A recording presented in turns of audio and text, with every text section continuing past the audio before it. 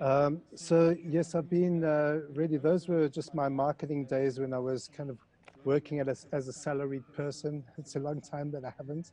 So now I work mostly as a brand advisor, and brand architecture is really my issue, structuring brands, restructuring brands, reviving them. And I really do mostly problem solution issues with normally directly with CEOs or founders or creators as their confidant.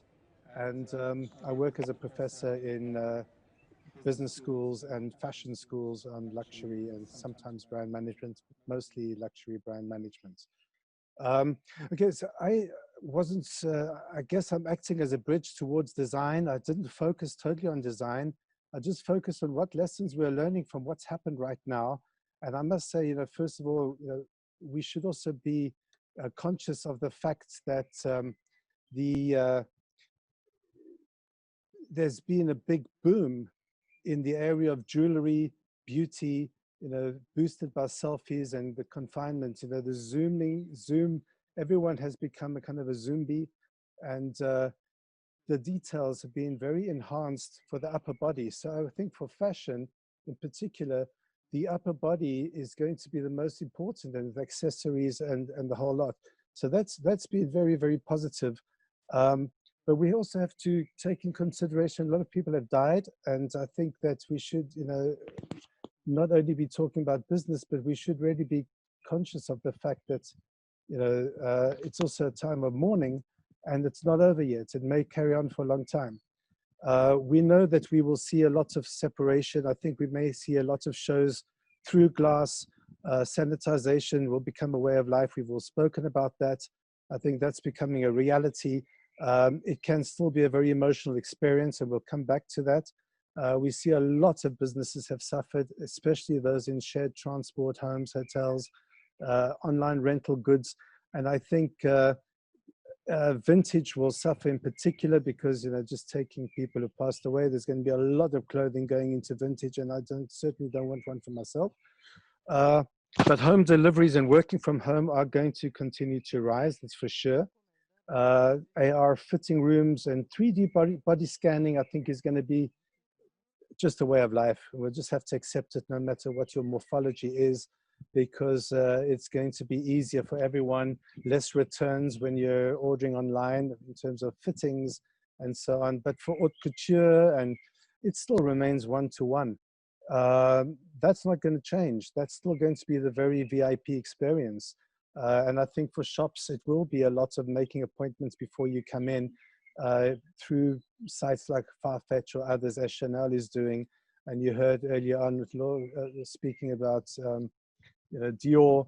Of course, you want someone to come in, and I believe that they will actually spend more, because once you have your little slot in that store, even if it's only half an hour, you're going to take advantage of it. You would have researched a lot online before coming in, and instead of click and collect, you click and fit, and you have your fitting, you have your special day, and you'll buy for a whole wardrobe. It's exactly what Tom Ford aimed to do, is to have one customer a day, but that customer buys for 3 years. Okay, that's very positive thinking, but it's the way we're going to be going.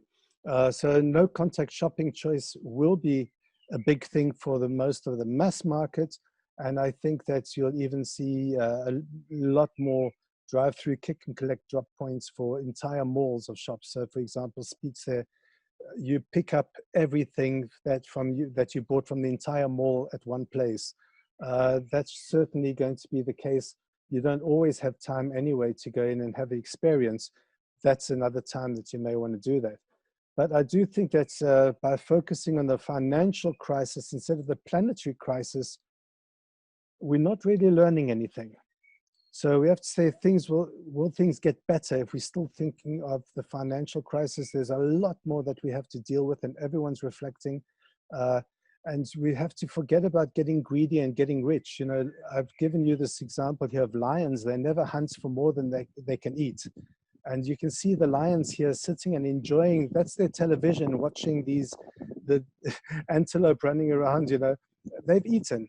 Now it's TV. They can just enjoy watching and enjoying the beauty, because animals don't have that greed. And I think we have to, businesses and people have to say, what do we really need, instead of almost always what we want and consume.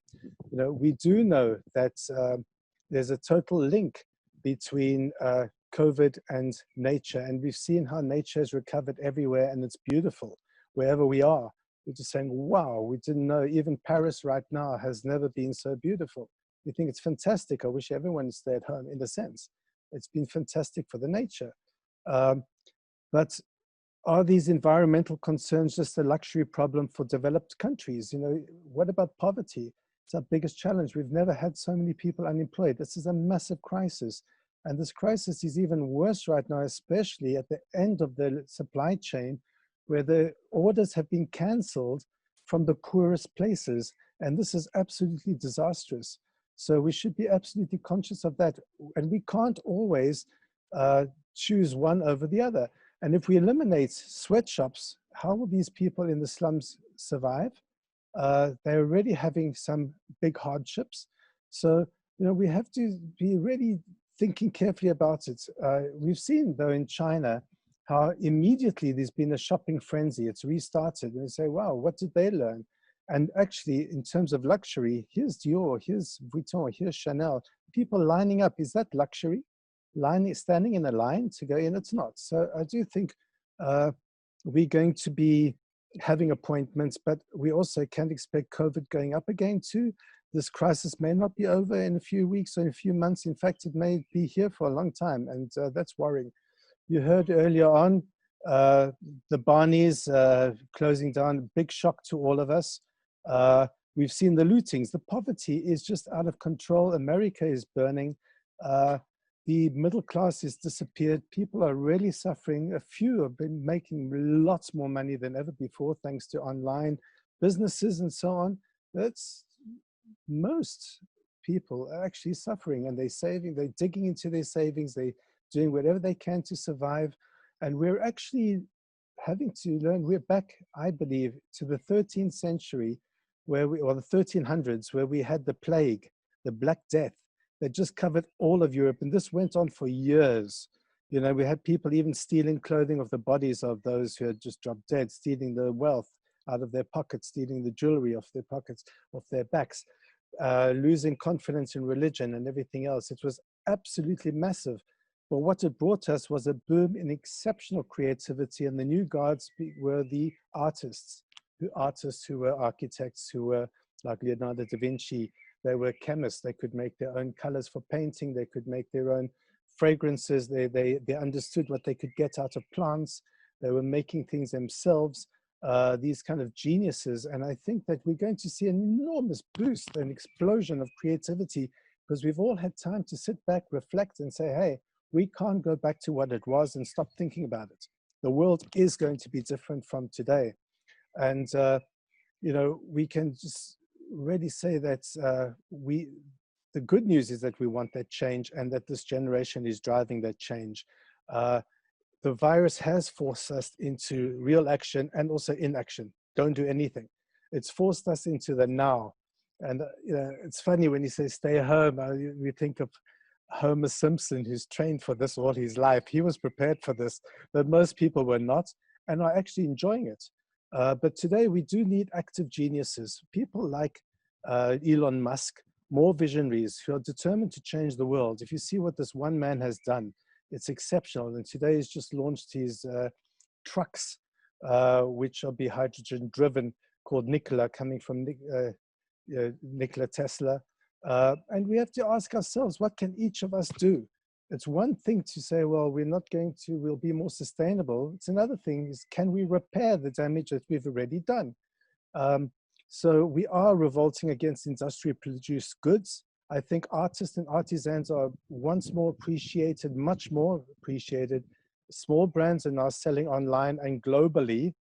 We shouldn't think of just Latvia, what can we sell in our local market? No, the small Latvian designers now have access to Farfetch, the new black, they can sell to China in a shot. But it's got to be very authentic. And as Law said as well, you know, it's a time for these artists to really express themselves, to be true to themselves, to have their opinion, to don't try to be everything to everyone. You know, you don't have to. It's be true to yourself, and that's what we appreciate, this authenticity. So if it smells of marketing, people are going to walk away from you, and that's where the middle brands are in a bit of trouble. They're going to be fully overstocked. How they're going to get rid of these stocks, it's a nightmare for them. For the smaller ones, I don't believe it will be. Lots of small brands are beating out the big brands, whether it be on Instagram, social media, WeChat, or at least in image, not necessarily in sales, but in image, and even at auctions. And I've given you an example here of Anna Hu. You probably haven't heard of her. You'll say Anna Hu. But she's actually beating and setting world records at Sotheby's for her jewelry. She's amazing. She's producing the most extraordinary pieces. And people would rather buy from Anna Hu than a well-known brand like Cartier or Van Cleef, where everybody can have the same thing. Anna Hu is absolutely unique. She was a musician. Luckily, Daddy is a diamond, well, a stones dealer. So she grew up playing with stones like with Lego. But she produces in New York primarily. She's Taiwanese. And she's just creating absolutely beautiful pieces. And these are what people are looking for. And if she wants to become a Cartier tomorrow, she could. Because she started at the top. She set the standards, and it's exactly what Tesla did as well. They started off at the top, making the best. Now they make rockets. So, hey, their cars must be good, or their trucks must be good if they can make these precise spaceships. The fashion seasons we were talking about, I think will also be, well, it was something created by Louis XIV to really, first to fit in with nature. As we're talking about now, the seasons should fit with nature. We don't need 6 months in advance because we have digital production, or smaller production. And it was set up to create a desire for change. The French love change. We all love change, actually. And desire is created through change. So stimulating desire for fashion is what those seasons were all about, to create consumers. That's absolutely, it was a marketing idea in a sense, which is really causing pressures today. And we're saying, okay, so what have we learned about that? Well, we've learned that we have to slow down. These creators are falling apart. We need to follow the example set by Azzedine Alaya, where he said, okay, I'm not participating in these fashion weeks. 6 to 8 collections a year, or sometimes even more, it's too much. But for the small creators, the fashion weeks will be fundamental, a great way to be discovered. Let those big brands get out of there. Why do they still exist, actually? When, you know, Picasso doesn't exist anymore because he's passed away. So why does Dior still exist? In fact, you know, they're just brands. We should be focusing on the creative, living creators of today, of our times, making these guys the new gods, giving them the space that they need. Let the big brands do their shows whenever they want, and let these chambres syndicales, as we have in France, the syndicates of the fashion federations, use that spotlight to bring out these young creators. There's so much talent out there. Let's see that talent. Should we be stopping fast fashion too? I don't think so. But we should be starting maybe pause weeks like we've been having thanks to the virus. Recovery time for nature, time for us to reflect, time for our family, time to create. Creation, we want to create. You really have to have time to absorb, to think, and just let it come to life. And time to be Zombies, as we're doing now. We're all on Zoom. We're all Zoomies. Well, that's a word I took from Elbaz, and I think it's a great description. So now we're, you know, I'm using the term all the time. But, you know, we can have Zombie cocktails. It's already happening. Dinners with dress code. It's really fun. Everyone receives the same food delivered to their door, but they must all be dressed up in the same way. It could be all in white, or be there with their pets, or be there with their kids. And it can be a lot of fun. And it's happening with weddings now as well, even in India, where they have the whole market of India in fashion in particular is weddings. And weddings are massive. So to suspend weddings in India is huge. It's a huge thing, but they're managing to do this as zombies as well. Unfortunately for funerals, it's been reduced down. That's a different story. But you know what? They're actually more emotional in a sense because you're one-to-one, and I've had the misfortune, to have been in some of these and experienced them, and they are extremely emotional. Excuse me. Okay, so I think we're going to expect incredible online fashion emotional experiences with learnings from video games in particular. Video games can be very, very emotional, but also movies. I'm expecting great film directors to be involved in making short films. You know, we can cry in movies, we can laugh in movies, we can get so engaged because of the close-up. You're seeing the emotions in the eyes, you're seeing the people close up. It's powerful. We can't do that on a fashion show. You know, I've been to so many. I was filming these fashion shows. I worked for L'Officiel, for Vogue, for Fashion TV. I've worked for so many because I used to be a fashion photographer and videographer.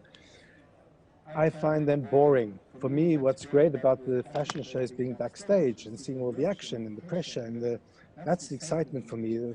Once it's on the show, it's okay. I find movies far more emotional than live theater. I fall asleep in live theater. Movies, wow.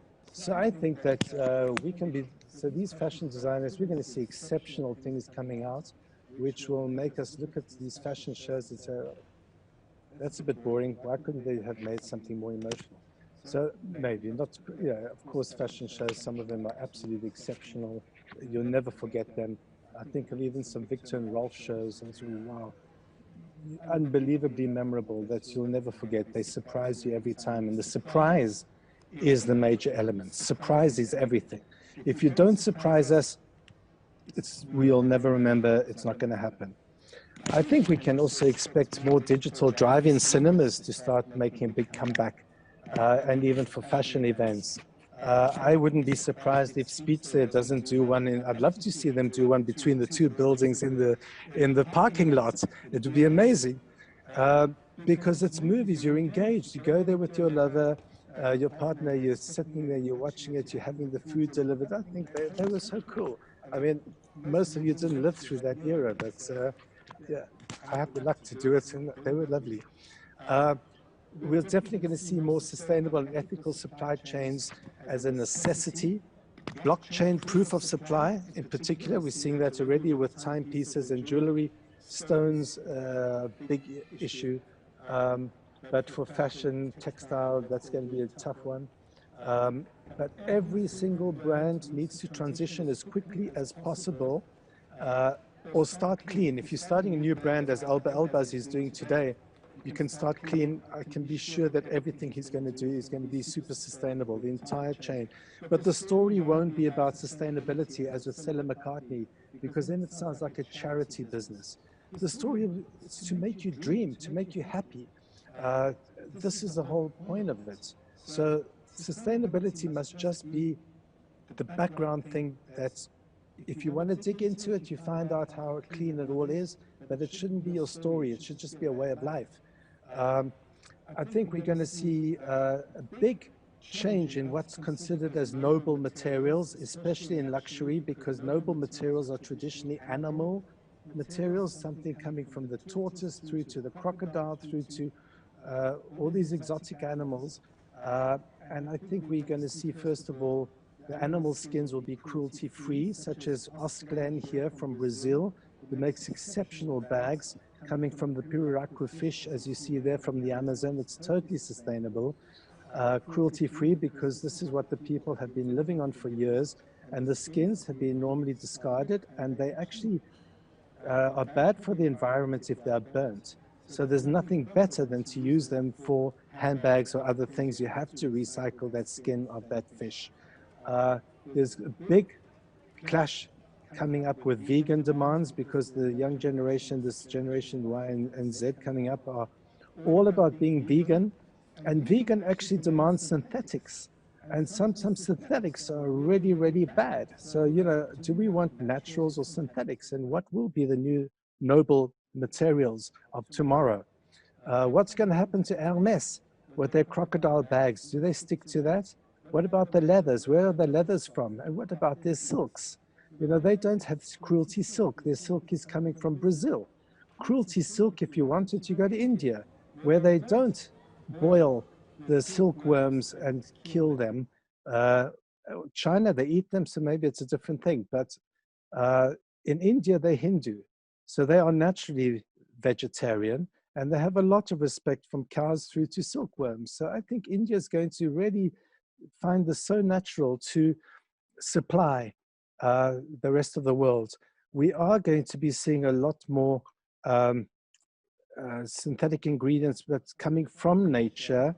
I'd say that are really, I wouldn't call them synthetic because they're actually coming from nature, but vegetarian ingredients, sorry, is the word I'm looking for.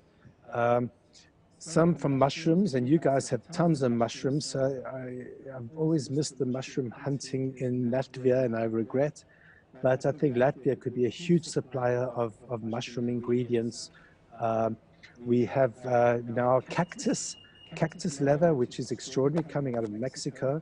Fruit leathers made from rotten fruit. I don't like the idea, coming out of the Netherlands. And of course, synthetically produced spider silk, which is incredibly strong. Then there's a pineapple leathers, which I find incredibly ugly. Lots of these vegan materials I find incredibly ugly, and I can't see them becoming the new noble materials. When it comes to fragrance, it's also another story, because the vegans, for example, are wanting synthetics and chemicals, which is great for the industry. But the reality is that, sorry, can you still hear me? The reality is that if all our perfumes are natural, as Douglas Little is doing, he's the one who makes Gwyneth Paltrow's fragrances in LA. He sticks to natural only. Well, natural only can also harm the environment. So we really have to look at it carefully. And can we afford natural fragrances? You know, pure rose, 1 gram of pure rose is 1,000 euros. Jasmine, the same thing. So, and you have to keep them in the fridge, and they're going to expire in 3 months. We are also seeing a rise of in jewelry of lab-grown diamonds. People are saying, oh, they're cheap, they're synthetic. They actually are identical to natural diamonds. It doesn't involve mining. It doesn't destroy the environment. So Courbet is a new brand, come out in Paris on the Place Vendôme, doing an exceptional job. And they're using recycled cell phone gold to go with their lab-grown diamonds. And they're having some diamonds, you can't say they're all the same. It's like flowers. You can grow all the same flowers, but they never are identical. And that's the same with these lab-grown diamonds. And they're trying to grow some big and really exceptional ones that cannot be matched. They're all unique as well. You know, maybe we still need the cheap fashion. We still need the Lidls. We still need the shopping centers. But we, most importantly, want to support and be loyal to our homegrown designers, not out of pity, but out of pride. So I think I'll stop at that point. Thank you very much for listening.